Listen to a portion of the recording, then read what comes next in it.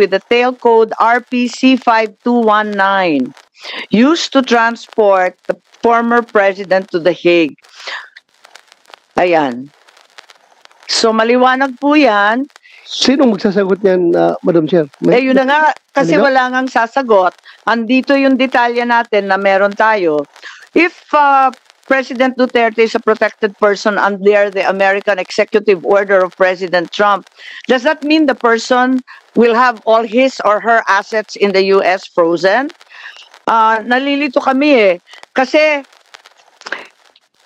in providing the means of transport so that the former president turn over sa ICC, binigyan ng transportasyon, material support or provision of services ang tulong niya. Di ba po? Talagang hindi naman mangyayari yun kung wala yung eroplano.